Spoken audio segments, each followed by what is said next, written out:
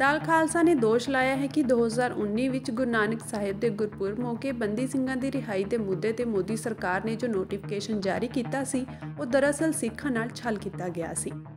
Party ਦਾ ਕਹਿਣਾ ਹੈ ਕਿ ਕੇਂਦਰ ਸਰਕਾਰ ਵੱਲੋਂ ਪ੍ਰੋਫੈਸਰ ਭੁੱਲਰ ਸਮੇਤ 8 ਨਜ਼ਰਬੰਦੀਆਂ ਨੂੰ ਰਿਹਾ ਅਤੇ ਭਾਈ ਰਾਜੋਆਣਾ ਦੀ ਫਾਂਸੀ ਦੀ ਸਜ਼ਾ ਖਤਮ ਕਰਨ ਦਾ ਨੋਟੀਫਿਕੇਸ਼ਨ ਸਪਸ਼ਟ ਆਦੇਸ਼ ਨਹੀਂ ਸੀ, ਬਲਕਿ ਸੰਬੰਧਿਤ ਸਰਕਾਰਾਂ ਅਤੇ ਯੂਟੀ ਪ੍ਰਸ਼ਾਸਨ ਦੇ ਨਾਮ ਕੇਵਲ ਸਿਫਾਰਸ਼ੀ ਲੈਟਰ ਸੀ। ਦਲ ਖਾਲਸਾ ਦੇ ਬੁਲਾਰੇ ਪਰਮਜੀਤ ਸਿੰਘ ਮਾਨ ਨੇ ਕਿਹਾ ਕਿ ਭਾਈ ਰਾਜੋਆਣਾ ਦੀ ਫਾਂਸੀ ਦੀ ਸਜ਼ਾ ਖਤਮ ਕਰਨ ਲਈ ਚੰਡੀਗੜ੍ਹ ਪ੍ਰਸ਼ਾਸਨ ਨੂੰ ਸਿਫਾਰਿਸ਼ ਕੀਤੀ ਗਈ, ਜੋ ਕੇਂਦਰੀ ਗ੍ਰਹਿ ਮੰਤਰਾਲੇ ਅਧੀਨ ਆਉਂਦਾ ਹੈ, ਜਿਸ ਉੱਤੇ 4 ਸਾਲ ਬਾਅਦ ਵੀ ਕੋਈ ਅਮਲ ਨਹੀਂ ਹੋਇਆ। ਉਨ੍ਹਾਂ ਕਿਹਾ ਕਿ ਇਸੇ ਤਰ੍ਹਾਂ ਦਿੱਲੀ ਦਾ ਲੈਫਟੀਨੈਂਟ ਗਵਰਨਰ, ਜਿਸ ਦੀਆਂ ਸੇਵਾਵਾਂ ਕੇਂਦਰੀ ਗ੍ਰਹਿ ਮੰਤਰਾਲੇ ਅਧੀਨ ਹਨ, ਪ੍ਰੋਫੈਸਰ ਭੁੱਲਰ ਨੂੰ ਰਿਹਾ ਕਰਨ ਦੀ ਸੰਵਿਧਾਨਕ ਤਾਕਤ ਰੱਖਦਾ ਹੈ।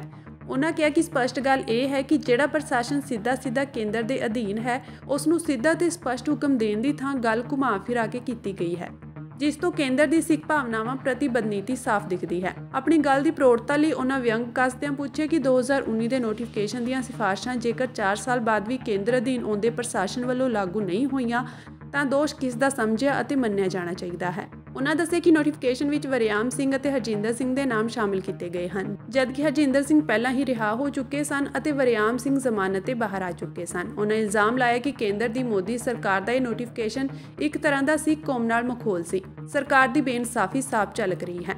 ਸ਼੍ਰੋਮਣੀ ਕਮੇਟੀ ਵੱਲੋਂ 26 ਲੱਖ ਦਸਤਖਤਾਂ ਵਾਲਾ ਮੈਮੋਰੈਂਡਮ ਗਵਰਨਰ ਨੂੰ ਸੌਂਪੇ ਜਾਣ ਦਾ ਹਵਾਲਾ ਦਿੰਦਿਆਂ ਦਲ ਖਾਲਸਾ ਆਗੂਆਂ ਨੇ ਸਪਸ਼ਟ ਕੀਤਾ ਕਿ ਉਨ੍ਹਾਂ ਨੂੰ ਅਜੇ ਵੀ ਕੋਈ ਆਸ ਉਮੀਦ ਨਹੀਂ ਹੈ ਕਿ ਕੇਂਦਰ ਸਰਕਾਰ ਬੰਦੀ ਸਿੰਘਾਂ ਨਾਲ ਇਨਸਾਫ ਕਰੇਗੀ। ਉਨ੍ਹਾਂ ਕਿਹਾ ਕਿ ਸਾਡਾ ਮੰਨਣਾ ਹੈ ਕਿ ਇਹ ਰਿਹਾਈਆਂ ਸਿੱਖ ਆਵਾਮ ਦੇ ਜ਼ੋਰ ਅਤੇ ਪ੍ਰਭਾਵ ਅਤੇ ਨਾਲ-ਨਾਲ ਕਾਨੂੰਨੀ ਚਾਰਾਜੋਈ ਰਾਹੀਂ ਹੀ ਸੰਭਵ ਹੋ ਸਕਣਗੀਆਂ। ਦਲ ਖਾਲਸਾ ਨੇ ਸ਼੍ਰੋਮਣੀ ਕਮੇਟੀ ਨੂੰ ਕੇਂਦਰ ਸਰਕਾਰ ਕੋਲੋਂ ਭਾਈ ਰਾਜੋਆਣਾ ਦੀ ਅਪੀਲ ਵਾਪਸ ਲੈਣ ਦੀ ਵਕਾਲਤ ਕੀਤੀ।